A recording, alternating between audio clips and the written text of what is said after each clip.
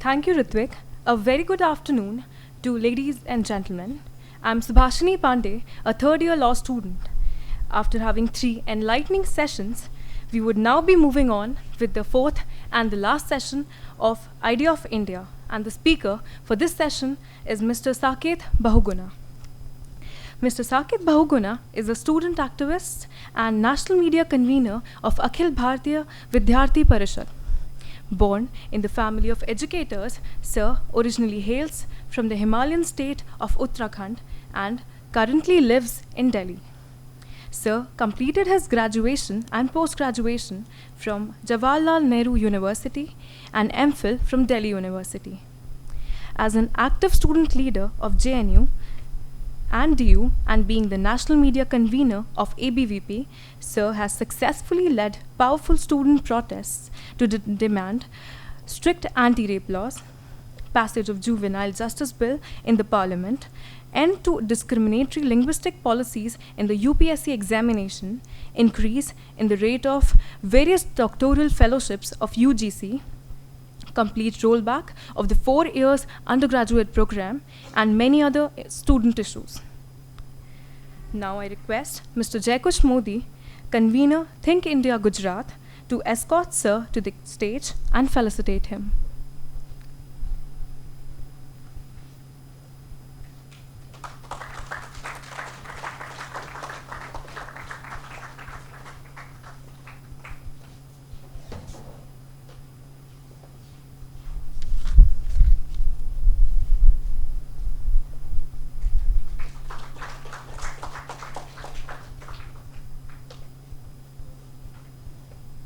Without much ado, I would request Sir to come to the podium and address the audience. Sir.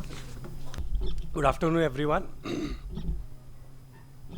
Since morning, we've been listening to different voices, and we've got a lot of new perspectives. So I'll be sort of taking some clues from the various discussions that we had, and I'd like to present to you the idea of India. It's very difficult. It's a huge task because actually explaining what India is to an audience which lives as Indians is, of course, very difficult. But in times like these, when we see that there are two kinds of people in India today. One, the typical left liberal, people who call themselves liberal, they call themselves intelligent, intelligentsia, intellectuals, and they say that India as a country was born in 1947. Whereas there are the others, the common people of this country, who inherently believe that this country is also as eternal as their culture is, as eternal as their own dharma is.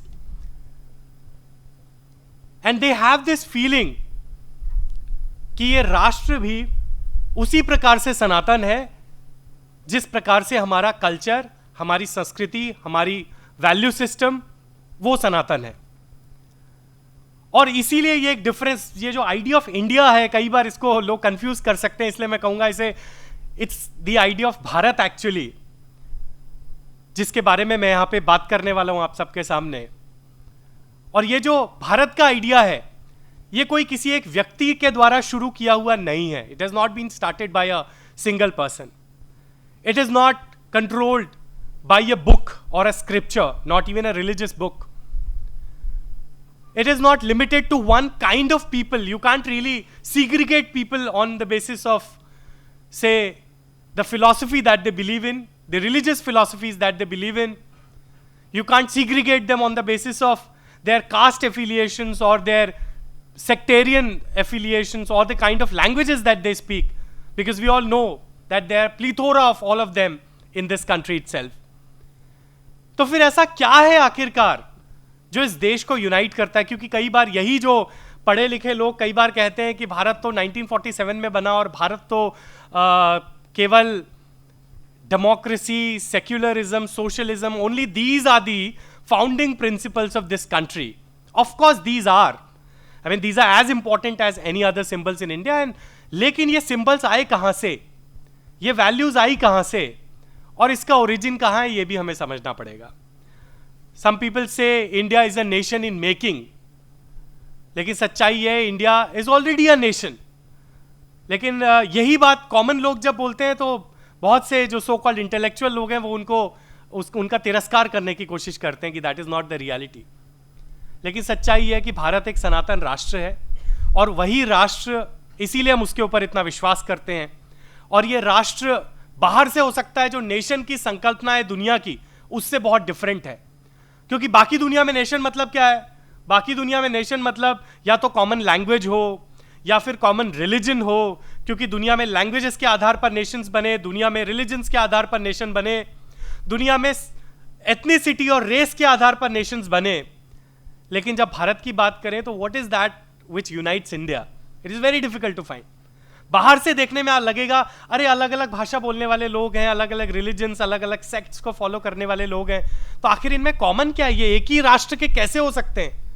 क्योंकि जो राष्ट्र की संकल्पना पश्चिम के विद्वानों ने दी वो तो हमारे ऊपर फिट ही नहीं होती है। तो कई बार क्या होता है कि जो दूसरे के नोट्स चोरी करके पढ़ने वाले स्टूडेंट होते हैं उनको अगर सवाल थोड़ा घुमा फिरा के एग्जाम में पूछ लिया जाए तो उनको समझ में नहीं आता।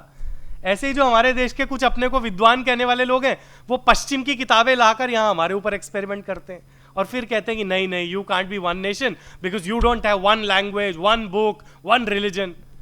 अरे इस सब के आधार पर राष्ट्र की संकल्पना हमारी है। हमने कब कहा? हमने कब कहा कि हम लोग एक ही पंथ को मानने वाले, केवल एक भाषा बोलने वाले, एक ही तरह का विचार करने वाले सभी लोग हैं? ऐसा हमने कभी नहीं कहा। और इसलिए भारत की राष्ट्र की संकल्पना को अगर हमें समझना है तो एक खुले मन से, एक ओपन माइंडेड तरीके से we have to understand why we as a nation are different. And in fact मैं तो यहां तक कहूंगा कि कभी कभी राष्ट्र की जो ट्रांसलेशन इंग्लिश में हम नेशन करते हैं that it can also mislead us, because nation is very different from what the concept of rashtra in the Indian tradition is. But for the lack of word, we usually employ this word in English and we say राष्ट्रवाद के लिए या राष्ट्रीयता के लिए nationalism और राष्ट्र के लिए नेशन।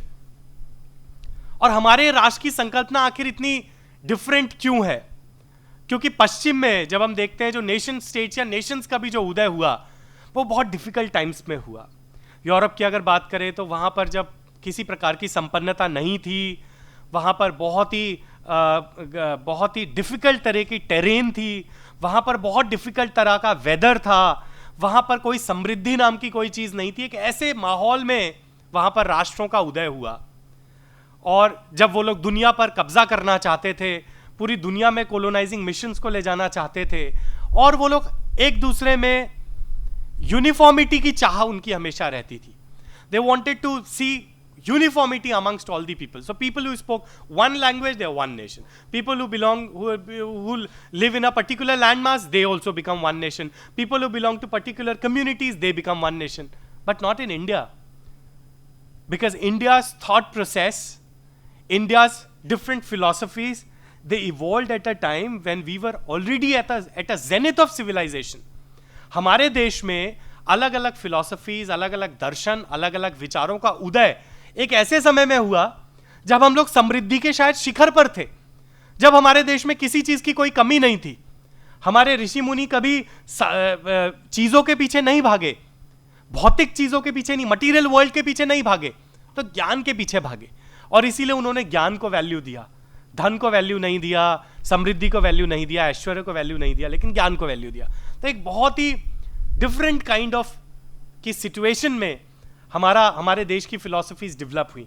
यहाँ पर कोई उस समय तो यहाँ पर अलग अलग जगह से कोई आक्रमण तो नहीं हो रहे थे, उस समय यहाँ पर युद्ध की परिस्थितियाँ तो नहीं थी, उस समय यहाँ पर मौसम की या टेरेन की बहुत डिफिकल्टीज अलग अलग किस्म की तो उस कंपैरिजन में जितना यूरोप में उस प्रकार की तो नहीं थी। तो इसलिए हमारा जो राष्ट्र की हमारी संकल्पना थी वो बहुत रैडिकली डिफरेंट है पश्चिम की संकल्पना से। और इसलिए हमारे देश को आज यूनाइट करने वाले, हमारे राष्ट्र को, हमारे नेशन को यूनाइट करने वाला अगर आज की डेट में कुछ है तो जिसको हम कहते हैं वो भारतीय कल्चर है। और वो भारतीय कल्चर क्या है? कल्चर को कई बार लोग समझते हैं कि कपड़े, भाषा, बाहर से जो दिखती हैं चीजें, dance, song. This is not culture. I mean this is not just culture, these are expressions of culture, but culture in reality is the value system that the people believe in. वास्तव culture वो है जो हमारे जीवन मूल्य जिनके ऊपर हम विश्वास करते हैं, हमारे संस्कार जिनके ऊपर हम विश्वास करते हैं, उन जीवन मूल्यों के आधार पर हम अपना पूरा जीवन जीते हैं, वास्तव में वो कल्चर है, वो संस्कृति है। और इसलिए उस संस्कृति के आधार पर सनातन काल से चलने वाला राष्ट्र, वो राष्ट्र है भारत। और वो राष्ट्र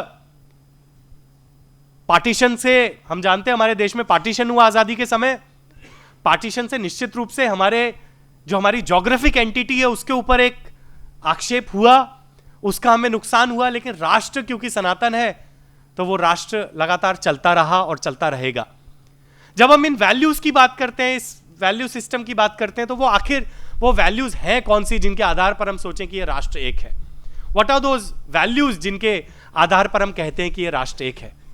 हम जानते हैं हमारी फिलॉसफी में अलग अलग फिलोसफिकल स्कूल्स हैं और इतने डिफरेंट तरह के स्कूल्स हैं, जितने डिफरेंसेस हमारे बीच में आज भी सेक्ट्स को लेकर हैं या कास्ट को लेकर है या लैंग्वेजेस को लेकर है, उसी प्रकार से बहुत ही radically different notions have been there in the Indian philosophy and there have been different schools.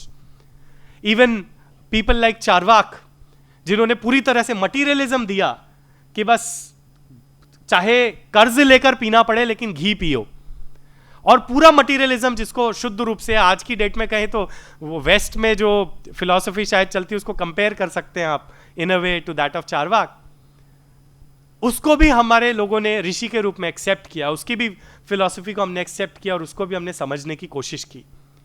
क्योंकि हमारे देश में कन्फ्रंटेशन नहीं बल्कि contestation of ideas was one of the core philosophies. तो जब हम ये वैल्यू सिस्टम की बात करते हैं तो आइडियाज को कॉन्टेस्ट करना, उनको कन्फ्रंट करना नहीं। हमारे देश में बहुत से लोगों ने इस प्रकार की भ्रांतियां भी, जो कि पहले सेशन में भी हमने देखा कि किस प्रकार history has proved a major role in trying to divide this country.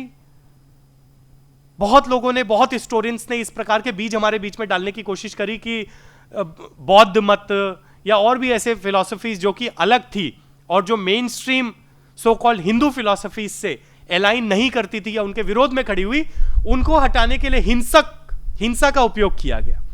Now this is far from reality. This is not true. And all of us know this. Even by the behavior of our people in this country today, we know that this cannot be a reality. लेकिन ये कोशिश की गई हमारे देश में। तो वो वैल्यूज जिनके आधार पर हम कहते हैं कि हमारा देश एक है, एक तो जो हम कहते हैं यूनिटी इन डाइवर्सिटी, वो यूनिटी इन डाइवर्सिटी आखिर आता कहाँ से है? आप कैसे कहते हैं कि जब अलग अलग डाइवर्सिटी के बीच में भी हम यूनाइट कैसे हो सकते हैं? क्योंकि हमारी फिलॉसफीज ही कहती हैं एकम सद्विप्रा बहुधा वदंती, one truth can be told in multiple ways. जब आप कहते हैं one truth can be told in multiple ways, then you accept that there can be different manifestations of the same truth. सत्य एक हो सकता है, सत्य एक है, लेकिन उसका मैनिफेस्टेशन, उसके रूप अलग अलग हो सकते हैं। हम सब कहते हैं भगवान एक है, लेकिन भगवान के रूप अलग अलग हो सकते हैं। इसीलिए किसी को विद्या चाहिए तो सरस्वती की पूजा करेगा, किसी को ज्ञान चाहिए तो वो सरस्वती की पूजा, किसी को लक्ष्मी चाहिए, धन चाहिए तो लक्ष्मी की पूजा करेगा। और इस प्रकार से अलग अलग भगवान, देवी, देवता, पूजा पद्धति इस प्रकार के हमारे देश में डेवलप हुए। लेकिन एक फिलॉसफी को मानने वाला, एक पूजा पद्धति को मानने वाला व्यक्ति ये नहीं कहता कि दूसरी पूजा पद्धति को मानने वाले गलत है। वो एक्सेप्ट करता है मेरा रास्ता ये, दूसरे का रास्ता भी ठीक हो सकता है। So this core value that you are right, but the others can also be right. My way is right, but others' way might also be right. ये एक बहुत ही बेसिक सिद्धांत जो कि भारतीय फिलॉसफी का है, जो हमारे में सब में कॉमन है, which we need to understand. हमारे राष्ट्र की जो संकल्पना है वो सर्व मंगलकारी है, वो सबके कल्याण के बारे में सोचने वाली है, क्योंकि उसके कोर में कहीं ना कहीं सभी के कल्याण की भावना है। तो हमारे शास्त्रों में कहा गया, न तो हम कामये राज्यम न स्वर्गम न पुनर्भवम कामये दुख ताप्तानान प्राणी नाम आरती नाशनम। यानी what I Aspire is the good of all, जो हम रोज कहते हैं सर्वे भवन्तु सुखिनः सर्वे सन्तु निरामः, यानी सभी के कल्याण की भावना। उसमें केवल मुझे मिल जाए या केवल मेरी जाति को मिल जाए या केवल मेरे धर्म के लोगों को मिल जाए, इस तरह की भावना हमारे शास्त्रों में नहीं मिलती। यानी ये वो जो आजकल लोग कहते हैं ना लिबरलिज्म, वो लिबरलिज्म, वो डेमोक्रेसी, वो सेकुलरिज्म भी अगर अच्छे, मतलब सेकुलरिज्म आजकल बहुत अच्छे मीनिंग से नहीं यूज होता है, लेकिन उसका एक अच्छा स्वरूप अगर हम मान लें कि जिसमें सभी को, सभी धर्मों का सम्मान, सभी रिलीजन्स का सम्मान किया जाए, तो वो that kind of secularism also, these are all principles derived from these value system, this value system of Indian philosophy and culture. इसी प्रकार से जैसा कि मैंने कहा, क्योंकि ये फिलॉसफी, हमारा दर्शन किसी नेगेटिव एटमॉस्फेयर में पैदा नहीं हुआ, इसलिए हमारी सोच भी लगातार कंस्ट्रक्टिव रही. हमने दुनिया को कभी तलवार के दम पर कब्जा करने की कोशिश नहीं की. आज कई बार हम सोचें कि हम जो हिस्टोरिकल बैगेज अपने साथ लेकर चलते हैं, तो याद करें कि भारत के किस राजा ने दुनिया के किस देश के ऊपर आक्रमण किया, या किसी कम्युनिटी के ऊपर आक्रमण करके उनको तलवार के दम पर कन्वर्ट करने की कोशिश की, या उनको जान से खत्म करने की कोशिश करी. I mean we don't have any such examples, क्योंकि हमारे देश के लोगों ने दुनिया के अलग अलग देशों में, दुनिया के अलग अलग क्षेत्रों में अगर वो गए भी, तो वहां पर ज्ञान के आधार पर, धर्म के आधार पर, संस्कृति के आधार पर उनके साथ घुल मिल गए, उनके साथ रच बस गए.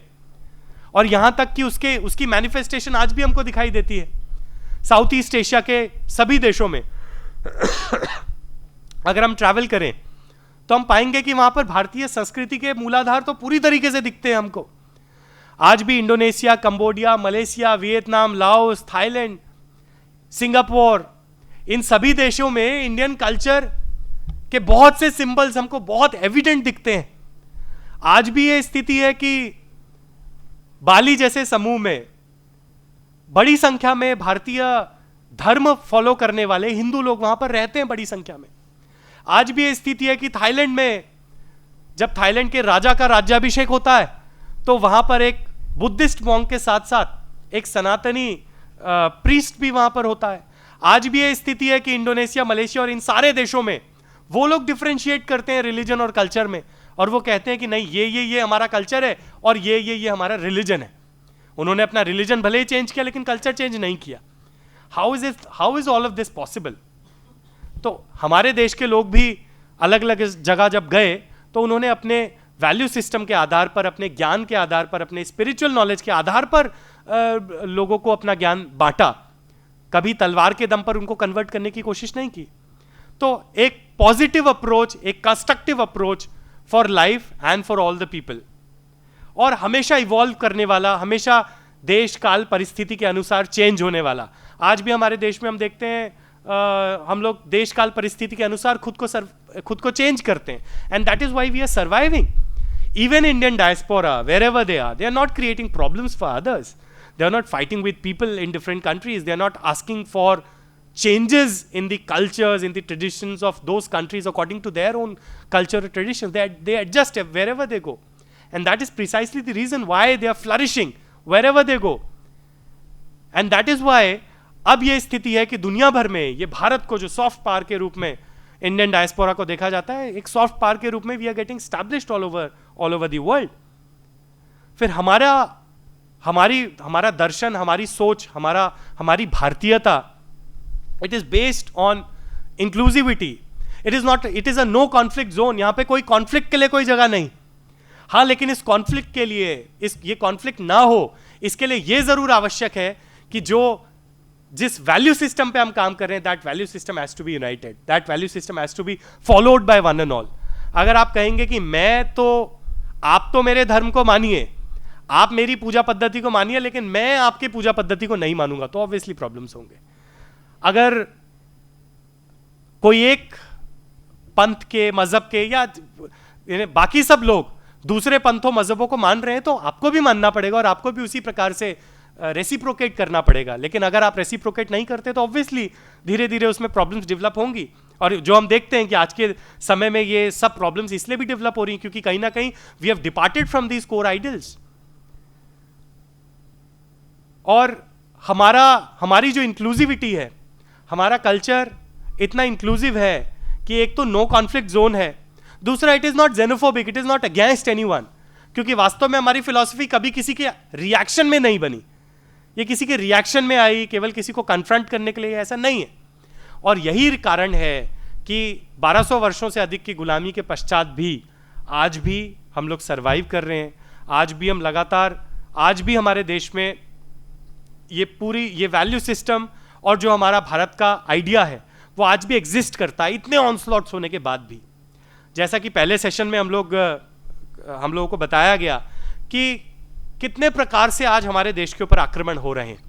यानी इंटेलेक्चुअली एक छोटे से बच्चे को स्कूल से पढ़ाया जाता है कि आर्य अलग हैं, द्रविड़ अलग हैं, जबकि रियलिटी है कि Arya and Dravid were just two linguistic families, but on the basis of those linguistic families उनको रेसिस में तब्दील करने की कोशिश की गई। और ऐसा नहीं है कि ये थियोरी की बातें सिर्फ थियोरी में रह गई, रियलिटी है कि इस थियोरी की वजह से भारत में तो डिवीजन है ही है। श्रीलंका जैसे एक देश में सिविल वॉर इस थियोरी की वजह से हुई है, because the Sinhalese believe themselves to be Aryans and the Tamils believe themselves to be so called Dravidians. Because of that there has been civil war in one country. Thankfully हमारे देश में वो स्थिति नहीं आई because of our strong culture. But then इस प्रकार के attempts to divide India on several bases have been ongoing. हम देखते हैं कि हमारे देश में subdued nationalities की बात लगातार की जाती है कि कश्मीर अलग नेशनैलिटी है, कश्मीर अलग नेशनैलिटी है, मणिपुर अलग नेशनैलिटी है, नागालैंड अलग नेशनैलिटी है। क्यों? क्योंकि वही नेशन की संकल्पना ही अलग है। जब आप नेशन की संकल्पना को पश्चिम के सिद्धांत के हिसाब से देखेंगे तो आपको तो लगेगा ये तो बनाना रिपब्लिक है, यहां पे तो इन सबको कोई यूनाइट करने वाली कोई चीज है ही नहीं। लेकिन कश्मीर के विषय में कितना आखिर हम लोग जानते हैं? जैसा कि साई दीपक जी ने भी बताया, क्यों नहीं हमें बताया जाता है, क्यों नहीं हमें पढ़ाया जाता है कि 6th सेंचुरी में भी कश्मीर का एक ऐसा राजा था जो आधे भारत पर राज करता था, जिनका नाम ललितादित्य था। क्यों नहीं हमें बताया जाता है कि कश्मीर वो जगह है जहां पर पाणिनि जैसे विद्वान हुए, जिन्होंने संस्कृत भाषा को संस्कृत भाषा के व्याकरण को ठीक तरीके से बांधा। क्यों नहीं हमें बताया जाता है कि कश्मीरी वो जगह थी जो ऋषि कश्यप, जिसका नाम ही अपने आप कश्यप ऋषि के नाम के आधार पर आता है। और इसी प्रकार से यही मणिपुर, यही नागालैंड, यही मिजोरम, यही अरुणाचल प्रदेश, सब जगह हम जहां भी हम जाएंगे हमें भारतीय संस्कृति के पद चिन्ह मिलेंगे, हर रूप में मिलेंगे। दक्षिण की हम बात करते हैं, वास्तव में ये रियलिटी है कि आज अगर भारत में जो भारतीय मंदिर की कल्पना थी वो अगर आज कहीं एग्जिस्ट करती है तो शायद वो साउथ इंडिया में ही है। भले ही उसमें भी बहुत चेंजेस आए हैं, लेकिन स्टिल इट एग्जिस्ट। तो इस प्रकार के बहुत से षड्यंत्र हमारे देश के खिलाफ, इस आइडिया ऑफ भारत के खिलाफ लगातार होते रहे हैं, आज भी चल रहे हैं। आज भी हम देखते हैं कि विश्वविद्यालयों में, खासकर मैं जिस विश्वविद्यालय में पढ़ा, जवाहरलाल नेहरू विश्वविद्यालय में, और उसके बाद दिल्ली विश्वविद्यालय में भी पढ़ा, दोनों ही जगह हम देखते हैं कि जो कॉमरेड्स इन द फैकल्टी हैं वो लगातार कोशिश करते हैं कि किस प्रकार स्टूडेंट्स के मन में बांटने के बीज डाले जाएं। वहाँ पर थियरीज के नाम पर बहुत सारे ऐसे डिपार्टमेंट्स हैं, उनकी थीसिस के टॉपिक्स ही अगर हम निकालेंगे तो हमें समझ में आता है कि वास्तव में इनका एम क्या है।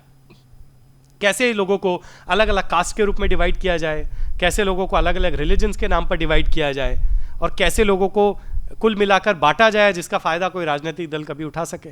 क्योंकि वास्तव में अगर जिनके लिए काम कर रहे हैं उनके हिसाब से जिस प्रकार की थियरीज डेवलप करनी, वो काम वहाँ पर किया जा रहा है। But even after all those onslaughts, if we are existing, it is because this idea of Bharat runs through every Indian. And that is why it is very important to understand this, and it is also very important to understand the kind of conspiracies that are going on. कई बार हम भी जो सामान्य बोलचाल में, क्योंकि हम बचपन से वो सारी चीज़ें पढ़ते आ रहे हैं, हमारे एजुकेशन सिस्टम में वो सारी चीज़ें हैं, we fall for them many a times, but that has to be understood. कई बार आजकल फेमिनिज्म के नाम पर या जातिवाद को खत्म करने के नाम पर, यानी जातिवाद तो खत्म होना चाहिए निश्चित रूप से, बहुत ही सही बात है। भारत को अगर सच में हम यूनाइट करना चाहते हैं तो 1200 वर्षों की गुलामी के कालखंड में जो हमारे अंदर डिग्रेडेशन आए हैं, पहले मैंने जितनी वैल्यू सिस्टम बताया, इस पूरी वैल्यू सिस्टम का एक बहुत बड़ा डिग्रेडेशन अगर हम देखते हैं तो वास्तव में वो जाति व्यवस्था हमारे देश की, यानी कि जो व्यवस्था वास्तव में वर्ण व्यवस्था थी और जो पूरी तरीके से मोबाइल थी, जिसमें मोबिलिटी थी, जिसमें एक वर्ण से दूसरे वर्ण में चेंज हो सकता था, उस देश में, उस सिस्टम में इतना डिग्रेडेशन हुआ कि जन्म आधारित जातियां हो गई। और धीरे धीरे वो जातियां इतनी बढ़ती गई कि आज ये स्थिति कि हमारे देश में हजारों जातियां हैं, कौन सी जाति कौन से वर्ण में फिक्स होती है यही सब पता नहीं। और उसके बाद अंग्रेजों ने जानबूझकर उनको अलग अलग लेबल्स में फिक्स करने की कोशिश की और जाति और वर्ण को आपस में एक दूसरे पर कोलैप्स कर दिया, जिसकी वजह से भी आज हमारे बीच में बहुत सारी प्रॉब्लम्स हैं। लेकिन फिर हमें सोचना पड़ेगा कि ऐसा कैसे है कि बाली में जो हिंदू हैं, क्योंकि बाली में हजारों साल पहले जब वहाँ पर हिंदू धर्म या जो भी उस समय का वैष्णव, शैव, बौद्ध, जैन जो भी मत वहाँ पर गया होगा, वहाँ पर ऐसे कैसा सिस्टम है कि आज भी बाली में वहाँ के जो हिंदू हैं उसमें एक ही परिवार में ब्राह्मण भी हो सकता है, क्षत्रिय भी हो सकता है, वैश्य भी हो सकता है, शूद्र भी हो सकता है। How is it possible that in India we have such huge caste discrimination, such blatant discrimination, but in a country like Bali we see that the caste system is not on the basis of birth but on the basis of vocation, which is वर्ण व्यवस्था actually। और इसके बारे में हमें पढ़ना चाहिए, हमें जानना चाहिए रियलिटी में। मैंने भी जब पहली बार सुना था मुझे बहुत आश्चर्य हुआ था। कितनी बड़ी आयरनी है कि हम अपने घरों में रामायण और महाभारत तो रखते हैं, लेकिन रामायण और महाभारत लिखने वाले जो ऋषि हैं उन्हीं के फॉलोअर्स को हम अपने घर में नहीं घुसने देते। This is the reality of today. Valmiki और वेद व्यास को मानने वाले लोगों को हम अपने घर में नहीं घुसने देते और वो पुस्तकों को हम अपने घर में रखते हैं और उनको बहुत पवित्र मानते हैं। And this is the reality of our country today.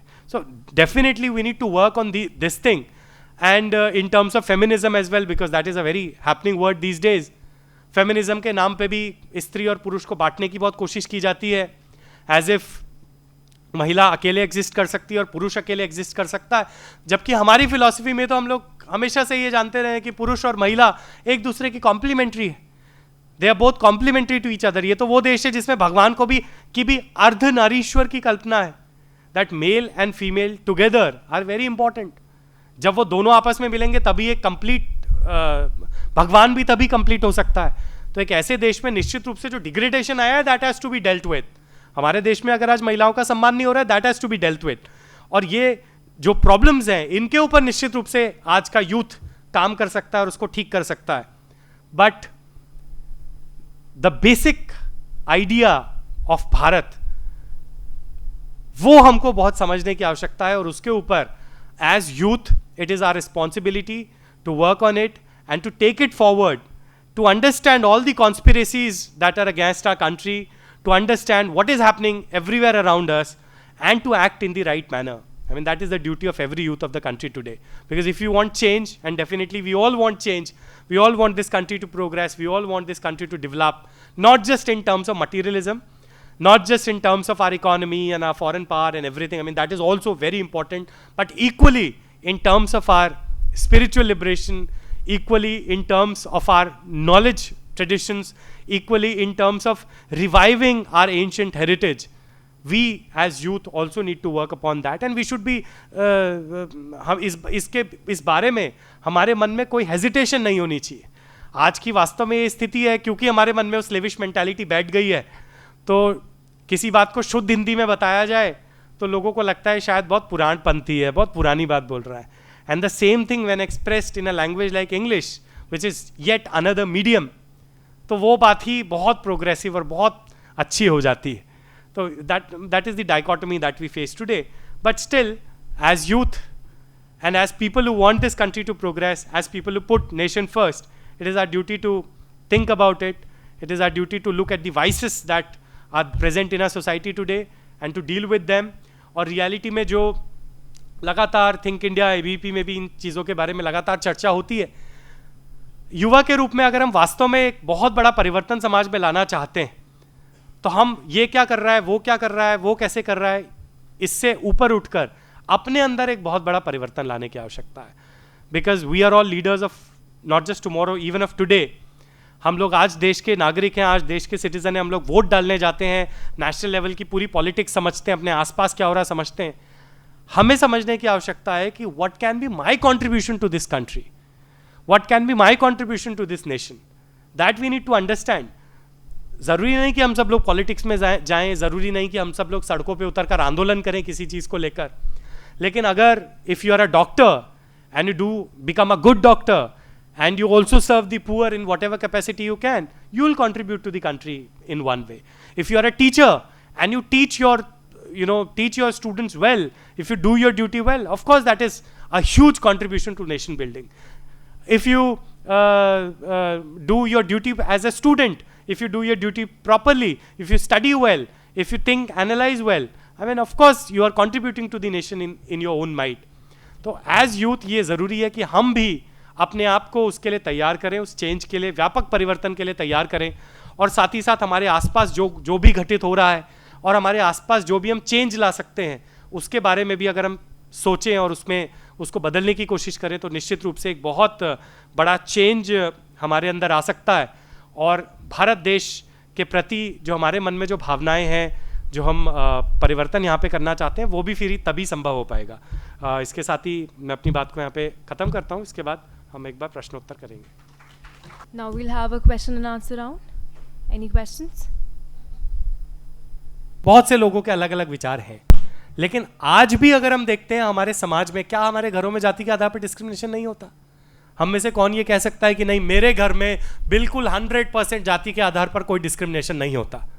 और जिसके घर में शायद कोई डिस्क्रिमिनेशन नहीं होता होगा, उसके घर में भी अभी आप शादी के लिए बोलिए कि दूसरी जाति में शादी करता हूं, देखिए आपके घर वाले अगर रोने ना लग जाएं, अगर आपके घर वाले आपको रोके ना वो शादी करने से। So caste discrimination is a reality. अगर उस कास्ट डिस्क्रिमिनेशन को खत्म करना है तो उसके लिए हमें अलग अलग कास्ट के जो लोग हैं, we have to bring them together. और शायद हमारे जो कॉन्स्टिट्यूशन मेकर्स थे उन लोगों ने इस बात को सोचा और समझा। इसमें डॉक्टर भीमराव अंबेडकर का एक बहुत इंपॉर्टेंट रोल है। हम जानते हैं डॉक्टर भीमराव अंबेडकर लाखों लोगों के लीडर्स थे। वो चाहते तो उन लाखों लोगों को, उनकी एनर्जी को किसी और दिशा में भी लगा सकते थे, लेकिन because he was a patriot he was a very die hard patriot, because he loved India like anything, उन्होंने सबकी एनर्जी को एक पॉजिटिव दिशा में लगाने की कोशिश की पूरी तरीके से। और इसलिए उन्होंने एक कहा कि नहीं, क्योंकि कुछ लोग पीछे रह गए हैं तो उनको साथ में लाने के लिए कुछ समय के लिए रिजर्वेशन होना चाहिए। लेकिन आज़ादी के बाद भी रिजर्वेशन को कितना उसका प्रैक्टिस में उसका इम्प्लीमेंटेशन किस प्रकार से होता है हम जानते हैं। बहुत सारी जगह जॉब्स में, यूनिवर्सिटीज़ में रिजर्व पोस्ट को नहीं भरा जाता है, जानबूझकर नहीं भरा जाता है। तो अगर हम वास्तव में चाहते हैं कि कास्ट डिस्क्रिमिनेशन हमारे समाज में ख़त्म हो तो हम लोगों को उसके लिए कुछ करना पड़ेगा, और अगली पीढ़ी में वो ख़त्म हो सकता है। अगर इस पीढ़ी के लोग केवल तय कर लें कि हम आपस में कास्ट के बेसिस पे डिस्क्रिमिनेट नहीं करेंगे, शायद 1-2 पीढ़ी में ही वो खत्म हो जाएगा। लेकिन आज़ादी से लेकर अभी तक खत्म तो नहीं, कम हुआ है पर खत्म नहीं हुआ। और इसीलिए जैसे ही आप रिजर्वेशन की बात करेंगे तो आपको निश्चित रूप से जो लोग रिजर्वेशन की वजह से कहीं ना कहीं उन्हें अपॉर्चुनिटी मिली है, they are going to question you. वो पूछेंगे क्यों रिजर्वेशन खत्म करें? जब हमारे इतिहास में कुछ गलत हुआ, हमने वो एक्सेप्ट किया कि गलती हुई, उस हिस्टोरिकल ब्लंडर को ठीक करने के लिए और पूरे भारतीय समाज को एक करने के लिए, आगे बढ़ाने के लिए कुछ लोगों को एडिशनल बेनिफिट्स दिए जा रहे हैं फॉर द टाइम बीइंग। कब रिजर्वेशन खत्म हो सकता है? रिजर्वेशन तभी खत्म हो सकता है जब कास्ट डिस्क्रिमिनेशन खत्म होगा। अगर कास्ट डिस्क्रिमिनेशन खत्म नहीं करेंगे तो रिजर्वेशन को खत्म करना बहुत मुश्किल है। और मुझे लगता है ये भी एक बहुत बोगस सी बात हमारे लोगों के बीच में फैला दी गई है कि कास्ट बेस्ड रिजर्वेशन की वजह से हमें अपॉर्चुनिटीज कम है। पूरे प्राइवेट सेक्टर में तो कोई रिजर्वेशन नहीं है, सभी प्राइवेट यूनिवर्सिटीज़ में, प्राइवेट कॉलेजेस में कोई रिजर्वेशन नहीं है। गवर्नमेंट सेक्टर में भी रिजर्वेशन फॉलो ही नहीं होता, कितनी जगह फैकल्टी पोजीशंस में रिजर्व सीटें खाली रहती हैं। तो इसके बाद अगर हम बोलें कि नहीं रिजर्वेशन की वजह से मुझे नहीं मिल पा रहा है, I think this is not fair.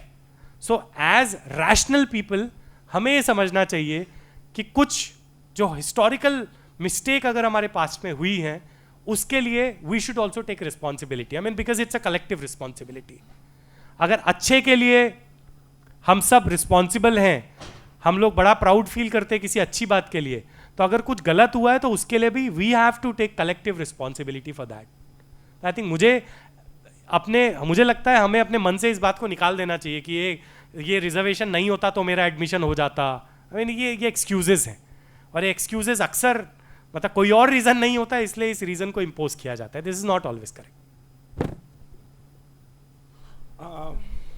धन्यवाद भाई साहब। भाई साहब, पहले तो मेरा सवाल ये है कि जब हम आइडिया ऑफ इंडिया की बात करते हैं तो हम किस इंडिया की बात कर रहे हैं? कि क्या ये वो पौराणिक टाइम वैदिक टाइम्स वाला इंडिया है, या सभ्यताओं के दौर का इंडिया है, या फिर जो हमारे पे बाहर से जो अतिक्रमण आक्रमण जो हुए उनके दौर का इंडिया है, या ब्रिटिश राज का इंडिया है, या फिर आज जो आज़ादी के बाद इंडिया है, या फिर हम उस इंडिया की बात कर रहे हैं जिसकी बात भारत के यशस्वी प्रधानमंत्री एक नए इंडिया की परिकल्पना रखते हैं, तो उसकी बात है। और दूसरा, अगर हम जब जातिवाद की बात करते हैं तो भाई साहब दूसरा सवाल मेरा ओबीसी रिजर्वेशन से रिलेटेड है कि किस तरीके से एक तो हमने ओबीसी डिसाइड करी है अदर बैकवर्ड क्लासेस, और क्या उस हिसाब से उसमें आगे रिजर्वेशन पॉलिसी होनी चाहिए, क्योंकि अभी जो उस पर वापस डिबेट हो रही है, लाइक सेकंड मंडल कमीशन की बात चल रही है, तो वैसी उस डिबेट के रेफरेंस में अगर कुछ बोलना है। देखिए, जो आपने कहा कि इंडिया या भारत, रियलिटी में देखिए इंडिया ठीक है, 1947 में India as a political country got independence and India as a political nation got established in 1947। लेकिन वही बात जो मैंने कही, वास्तव में भारत केवल 1947 में पैदा नहीं हुआ, 1947 में आज़ाद हुआ एक नए रूप में पार्टीशन के बाद। अनफॉर्चुनेटली अखंड भारत नहीं रहा, लेकिन Bharat as a cultural nation has existed eternally. Bharat एक कल्चरल नेशन के रूप में तब से शायद एग्जिस्ट करता है जिसका हमें कोई कालगणना हमारे पास नहीं है।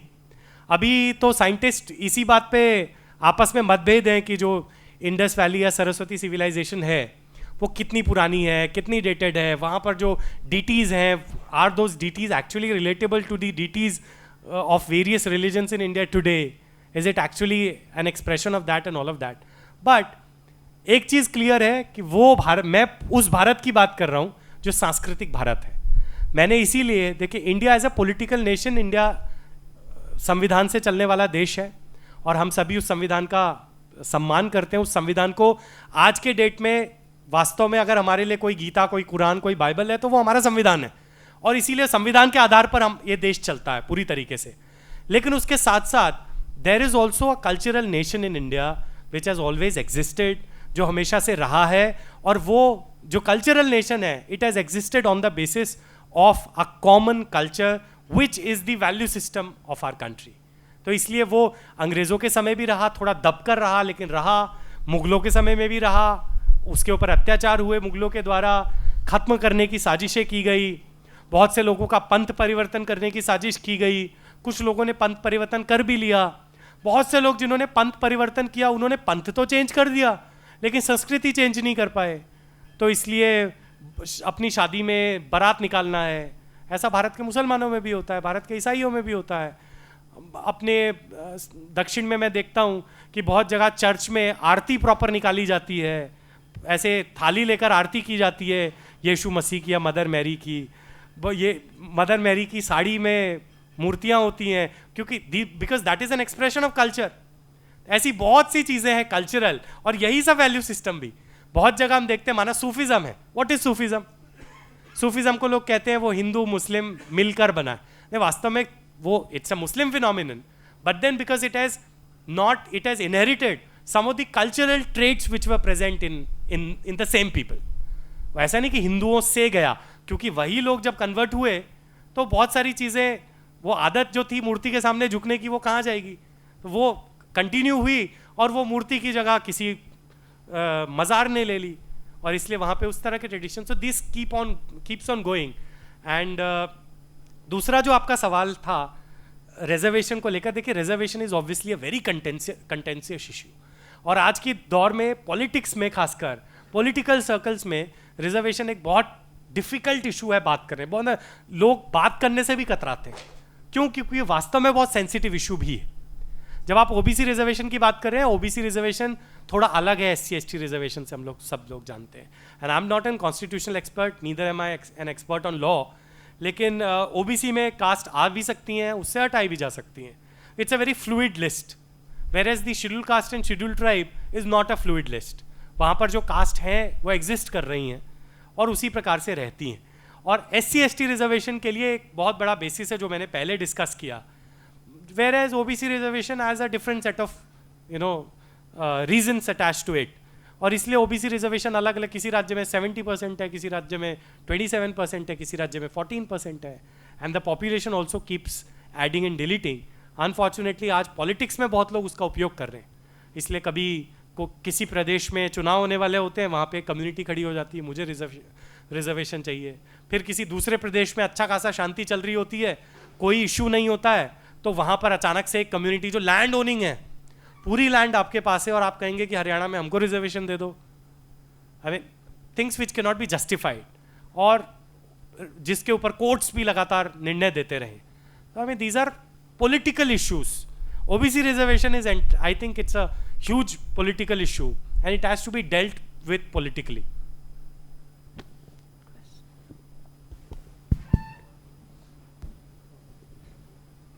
Thank you, sir, for coming, for enlightening us. Sir, I agree that general caste, higher caste people do owe reparations to certain lower caste people. Yes, I do agree. So, to what extent will economic reservation will help them? Actually, we see the historical background of the lower, I mean, the reservation being allotted to the people ST, SC. So they were actually financially poor, and won't providing them financial reservation on the financial basis, we all are aware about that, even you are, everyone is. So won't that be more productive in bringing them up to the level of rest of the categories? देखिए थोड़ा सा issue divert हो गया। Reservation का topic ही ऐसा होता है, इतना इमोशनल, इतना सेंसिटिव है। जैसे ही रिजर्वेशन की बात शुरू हुई, अब सारे सवाल रिजर्वेशन पे आने लग गए। By the way, I am not an expert on reservation. I mean वो इशू आया था, इसलिए मैंने जवाब दिया उसका। लेकिन please, I mean come to the main topic after this question, come to the main topic. जहाँ तक आपने कहा इकोनॉमिक, आप एक बात बताइए, आप अपने घर के अंदर अगर किसी दूसरी जाति के व्यक्ति को नहीं आने दे रहे हैं, आप अपने गाँव का जो शमशान है वो एक सो कॉल्ड लोअर कास्ट को यूज नहीं करने दे रहे हैं, ये पैसे से इसका क्या संबंध है? पैसा आने से आपके घर में एंट्री हो जाएगी क्या? पैसा आने से आपका व्यवहार उनके साथ अच्छा हो जाएगा क्या? पैसा आने से आप शादी ब्याह करने लगेंगे क्या? तो केवल पैसा, केवल purely on economic terms SC ST reservation को नहीं देखा जा सकता। और उसमें भी SC ठीक है, ST में क्या है? ST रिजर्वेशन में अलग अलग ट्राइबल कम्युनिटीज हैं, मे बी उनमें कॉमनैलिटीज बहुत कम है। जो हमारे झारखंड, छत्तीसगढ़, मध्य प्रदेश का ट्राइबल है, उसकी स्थिति बहुत अलग है। और जो नॉर्थ ईस्ट में अरुणाचल, मेघालय, मिजोरम का ट्राइबल है, वो तो इकोनॉमिकली ऑलरेडी वेल ऑफ है। वहाँ तो पॉपुलेशन इतनी कम है और इतने रिसोर्सेज हैं कि पैसा तो सबके पास है, लेकिन उसके अंदर वर्षों से जो झेप है, उसके अंदर जो एक इन्फीरियरिटी कॉम्प्लेक्स डेवलप हो गया वर्षों से, वो जो एजुकेशन में आगे नहीं आ पा रहा, उसको एक अलग तरह की अपॉर्चुनिटीज चाहिए ना। वो अपॉर्चुनिटी पैसे से केवल नहीं आ सकती। हम जानते हैं दिल्ली में हमारे आसपास नॉर्थ ईस्ट के इतने स्टूडेंट्स रहते हैं, घर भी जाते हैं फ्लाइट में, वापस भी आते हैं फ्लाइट में, लेकिन अभी हम सामने बोलेंगे कि आप आकर लीडरशिप करो, आप आकर कोई बात बताओ हमको, तो they will not be able to. Why? Because they historical reasons for that, they have not got that opportunity. आज अगर हम इतना वोकल होके कोई बात अपनी रख पा रहे हैं, that is because we also carry some historical facilities with us, जो हमारे पूर्वजों से हमको आई होगी शायद। I mean all of that can not be, we don't owe, nobody owes a reparation. We should not think of this as a reparation per se, but we should think of this as a contribution to, contribution to the unity and integrity of this nation. हम देश को unite करना चाहते हैं तो हमें कुछ ना कुछ अपनी ओर से सैक्रिफाइस करना पड़ेगा, वही समझ लीजिए केवल। But then it is not as if आप किसी को भीख में कुछ दे रहे हैं, है ना, दिस इज नॉट दैट। और ना ही हम उनको पेनल्टी के रूप में कुछ दे रहे हैं किसी को। ये समझ लीजिए 4 अलग अलग भाई हैं, तो कई बार माँ को लगता है कि एक भाई ज़्यादा कमज़ोर है तो उसको थोड़ा दूध ज़्यादा मिलता है। मैंने ये बहुत सिंपलिस्टिक एग्जाम्पल हो गया, लेकिन I mean something of this sort.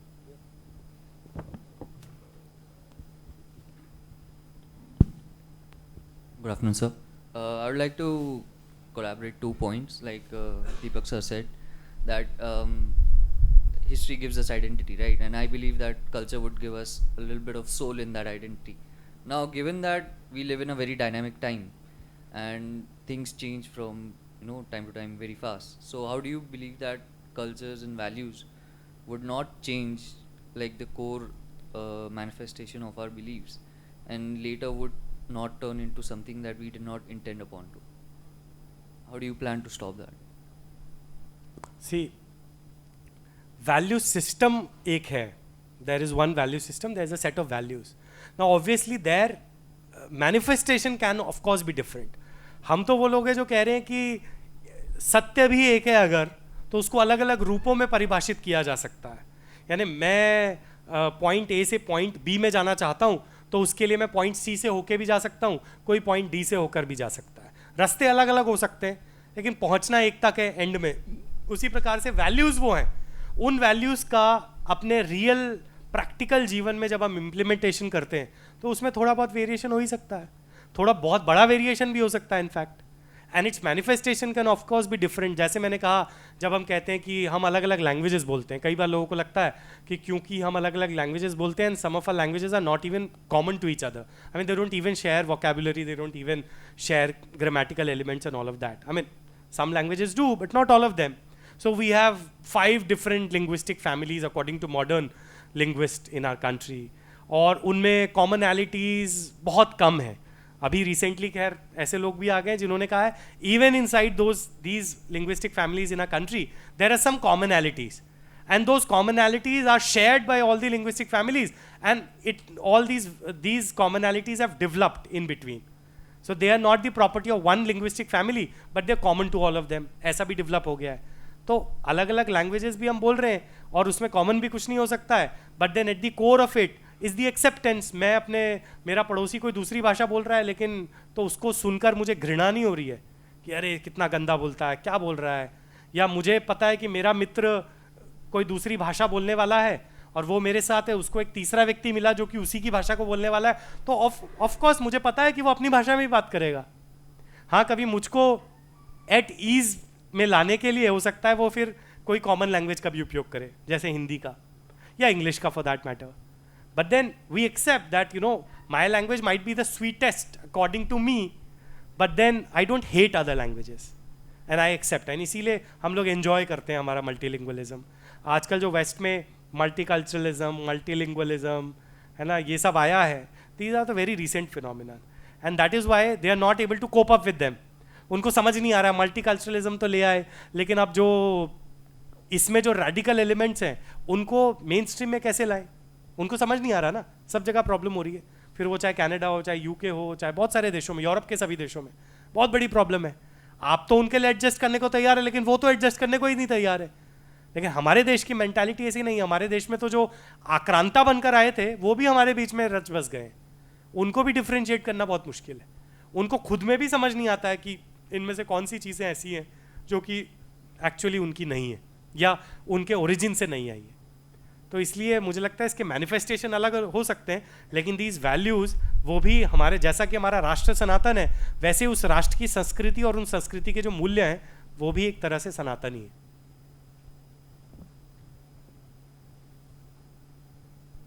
नमस्ते सर।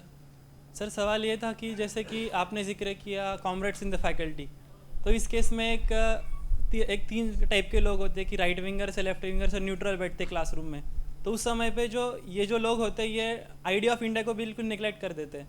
तो उस समय पे जो न्यूट्रल का स्टूडेंट्स है उन पे जो इफेक्ट होता है, तो इसको हम जैसे लोग उस पर क्या काम कर सकते हैं, या फिर आइडिया ऑफ इंडिया को रखने के लिए नेशनल लेवल पर हम ये कॉमरेड्स इन द फैकल्टी को कैसे मिनिमाइज करें, इसके लिए सॉल्यूशंस क्या क्या होने चाहिए? देखिए, मैंने शुरू में ही कहा कि हमें डिफ्रेंशिएट करने की आवश्यकता है। कुछ लोग 1947 से भारत को बताते हैं, इंडिया एज अ कंट्री 1947 में पैदा हुई और उसके प्रिंसिपल्स जो हैं वो भारत का प्रियम्बल है, भारत का संविधान है। अरे भैया, हम भी तो वही कह रहे हैं, हम तो कह ही नहीं कि भारत का संविधान है, प्रियम्बल है, सब कुछ है, लेकिन संविधान में अगर democracy, freedom, liberty, equality, fraternity, ये सारी चीज़ें आई है, वो कहाँ से आ गई?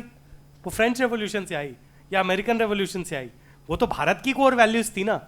वो हमारे संविधान करताओं कि अगर आप कॉन्स्टिट्यूएंट असेंबली की डिबेट्स पढ़ेंगे तो आप पाएंगे कि उसमें कितनी बार रेफरेंसिंग की गई है कि रामायण में ये कहा गया इसलिए हमारे देश में ये है, गीता में ये कहा गया। जो ओरिजिनल संविधान की कॉपी थी उसमें तो, जो ओरिजिनल कॉपी थी जो डॉक्टर भीमराव अम्बेडकर ने फाइनलाइज और बाद में कॉन्स्टिट्यूएंट असेंबली में फाइनलाइज की, उसमें तो सच में राम, सीता और हनुमान का चित्र था, पूरे राम परिवार का चित्र था उसमें। तो वो वैल्यूज़ कहाँ से डिराइव की गई हैं ये भी ज़रूरी है। तो जैसा कि मैंने शुरुआत में कहा, ये जो कॉमरेड्स इन द फैकल्टी है, they want you to believe that India is a country और a nation, because they deliberately try to mingle both of these terms together. They'll tell you that India as a nation was born in 1947 and it's not even a nation, it's there are so many subdued nationalities here and India is actually a conglomeration of different nations. तो एक super nation है या एक सब super set है मतलब Nations का, और इसलिए सब में अपनी अपनी आइडेंटिटी है, तो गुजराती अस्मिता है, तो पंजाबी अस्मिता है, तो मराठी अस्मिता है, तो ब्राह्मण अस्मिता है, राजपूत अस्मिता है, ये सब है दुनिया भर का। और अनफॉर्चुनेटली इतनी भीड़ है हमारे देश में कि लोग बह भी जाते हैं उसमें, तो कुछ भी विषय को लेकर कभी सड़कों पे उतर आते हैं, कभी तोड़फोड़ करते हैं, मतलब ये सब तरह का न्यूसेंस भी हमारे देश में होता है, जो पॉलिटिक्स क्योंकि डायरेक्टली इन्वॉल्व है। और ये हम लोगों को जो यंग माइंड्स हैं उनको इस शिक्षा के द्वारा भ्रमित करने की कोशिश करना चाहते हैं। यानी बचपन से हमें हमारे घर से जो संस्कार मिलते हैं, स्कूल और कॉलेज में पहुंचकर हमें उसका उल्टा पाठ पढ़ाया जाने लग जाता है अनफॉर्चुनेटली। इसकी वजह से लॉन्ग टर्म इम्प्लीकेशंस क्या होती है, जैसे कि पहले भी उसमें आया, हम लोग इन्फीरियरिटी कॉम्प्लेक्स डेवलप करते हैं अपने अंदर। हमें लगता है हमारे देश का सब कुछ खराब है। यानी इंग्लैंड और अमेरिका की तो टॉफ़ी भी लेकर आए तो वाह वाह वाह, विदेश से टॉफ़ी आई है, इतना खुश होते हैं लोग कि जैसे पता नहीं क्या आ गया। और हमारे देश की तो अच्छी से अच्छी माने कैडबरी सिल्क या वॉटेवर जो भी अच्छी चॉकलेट्स होंगी भारत में, वो सब के लिए भी हमें लगता है कि नहीं यार ये तो दूध भात है। मतलब अनफॉर्चुनेटली ये हमारा एटीट्यूड हो गया है। वहाँ की सुई भी बहुत अच्छी है, हमारी तलवार भी खराब है। तो वो एटीट्यूड कैसे डेवलप हुआ है? ऐसी एजुकेशन प्रणाली की वजह से, ऐसी शिक्षा व्यवस्था की वजह से। तो आने वाले समय में शिक्षा व्यवस्था में भी बहुत बड़े सुधार करने की आवश्यकता है। हमारा एजुकेशन सिस्टम ऐसा होना चाहिए जो हमारे लोगों को, यूथ को खासकर एम्पावर करे आगे के लिए। वो यूथ को एम्पावर करे देश को आगे की दिशा में ले जाने के लिए। वो हमें कॉन्फिडेंस दे, सेल्फ एस्टीम दे। हम केवल वो लोग नहीं हैं जो पराजित होते रहे। हम वो लोग हैं जो दुनिया में अलग अलग देशों में तो गए, लेकिन हमने तलवार के दम पर उनको ऑक्यूपाई नहीं किया। हमको गर्व होना चाहिए कि हम वो लोग हैं, हम वो देश हैं जिनको ढूंढने के लिए अंग्रेज पूरी दुनिया में घूमे कि वो कहाँ सोने की चिड़िया है, उनके पीछे हम दौड़े। अंग्रेज से मेरा मतलब पश्चिमी जगत के लोगों से था। हमें इस बात का गर्व होना चाहिए कि हमारे पूर्वज वो दुनिया के अलग अलग देशों में, जब वो, जैसा कि मैंने कहा, भारत में आज अगर आप सोचिए सबसे बड़ा दुनिया का हिंदू मंदिर कहाँ है? वो भारत में नहीं है। दुनिया का सबसे बड़ा हिंदू मंदिर जो है वो कंबोडिया में है। आज भी ये सिंबल्स हो सकते हैं भले, but even these small symbols they make us proud and they are a window to our past which we should understand. Singapore रोज हम कहते होंगे, लेकिन कभी सोचा कि सिंगापुर का नाम क्यों सिंगापुर है? क्योंकि वो सिंहपुरा था। और ये मैं किसी मतलब ऐसे ही, I am not saying something unfounded, you can go and Google it right now. Singapore का नाम एक हिंदू राजा की वजह से, क्योंकि उसके सपने में सिंह आया, सिंह मतलब शेर, सिंह आया। और भारत में पुरी ये ओरिजिनल टर्म्स रहे हैं सिटी के लिए। So it is a city where the king saw lion and that is why Singapore is called Singapore even today.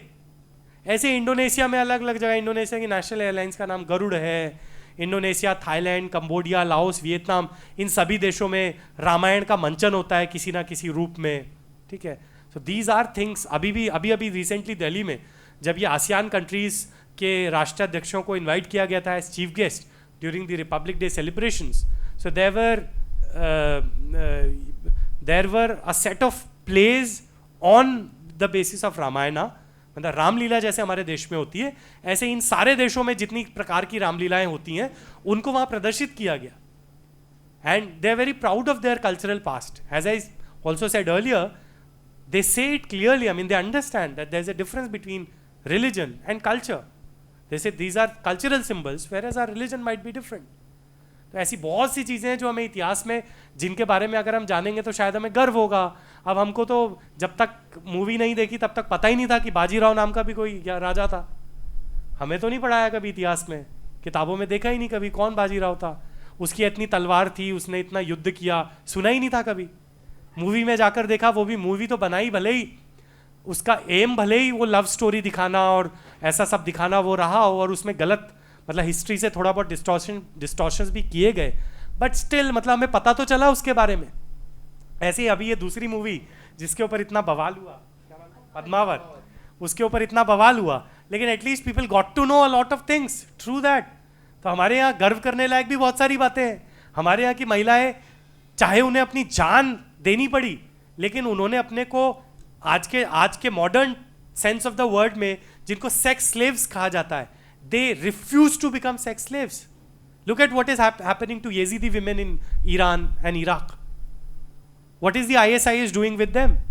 I mean, our women did not want to face the same consequences, in the 11th and 12th century. इसलिए उन्होंने मरना ज़्यादा अच्छा समझा बजाय कि एक ऐसा जीवन जीने के कि जहाँ, क्योंकि हमारे यहाँ तो स्त्री को एक उस समय तो हमारे यहाँ तो स्त्री की एक अलग तरह की के अधिकार उनको प्राप्त थे, एक अलग तरह की उनकी वैल्यू थी. उनकी वैल्यू केवल एक सेक्स ऑब्जेक्ट के रूप में नहीं थी. लेकिन जो आक्रांता आ रहे थे उनके लिए तो वो केवल वही थे ना, तो वो उनके साथ कैसा बिहेव करते. ऐसी बहुत सी चीज़ें हमारी इतिहास की है जिनको we need to dig deeper and we need to find out about that, and one thing takes us to another thing.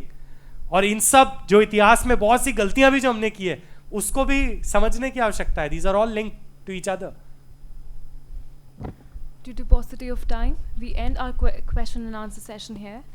This has indeed turned out to be an enriching session. Thank you, sir, for delivering an insightful lecture in such a short span of time. I would request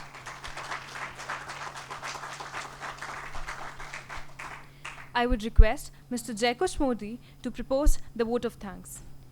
So here it's the end of our first ever Samvad, that is by Think India Gujarat. We actually don't consider it's our first ever conclave. We do have talks and seminars in the campuses of various in Ahmedabad, Gujarat's Indian Institute's campus. But this is the first time that we get these students of these premier and national institutes outside their campus and to bring them on the one umbrella that is we used to call it as a Think India. So we are looking forward for your supports for our next event, or maybe in the future the Samvad 2019 or the other this kind of events. So let me thank the entire team behind the Samvad. That is first of all Ajay Kashyap from JNLU. He has done a very great job to organizing, like from the day one, to identify the speakers, topics and all such things. Anil Borkar, the co-convener, and the other themes, other coordinators from the different campuses, maybe it's a Nirma, GNLU, PDPU, NID, IIT Gandhinagar, whatsoever, their support is very helpful to get these things to be done. The one more thing I like, all you know about what is Think India by the end of this day, but Think India का एक और मकसद जो भी हम करते हैं कि we provide 3 internships in their campus. I'd like to say it in a bit deeper side. Like first is Anubhuti, that is our social internships. We provide social internships with the NGOs across the nations. For the law students we have Vidhi, that is legal internships, and third one is policy making internships in the policy field, that is called Niti. So these are all 3 internships which is provided by Think India, and it is highly obliged or highly preferred by students of the premier and national institutes. So we wish to support us in all manner, like for the internships, to organize this kind of events. The more you support us, the more you get in return, that's for sure. Like this 4 session is like all together from different angle in each subjective, whether you this, even for me or for you, this 4 subjects or 4 session is not a subjective. You might study science, law, but these all 4s are all together. Still we are here and discussing in that too deep with some expert faculty. So that is Think India, and that is we wish to see the futures of, like Saket says, we are the leaders of tomorrow, not only tomorrow but today's only. So yes, we need your support to organize these kind of events in future, as well as in your campus we need to organize these talks, seminars, and do turn up for internships project. You can get all such details through our social media and as well as the Think India online portal. Once again, thank you so much. Last, from the organization point of view, I thanks Surendraji Nayak, that is our regional organizing secretary, to having faith in us and organizing this kind of events. Thank you so much. Last not the least, the speakers who came down like from Delhi on such a short notice, and thank you, that is so enlightening sessions with us. Thank you so much. And yes, we have a tea at the end. Baba Saheb Ambedkar Open University is also great to have a support, like they provide this beautiful campus, like everyone is praising about this campus, or maybe there are many people who have actually seen this campus for the first time, so they are like, yeah, this is the campus. And we are thankful to the Baba Saheb Open University officials as well. Thank you so much.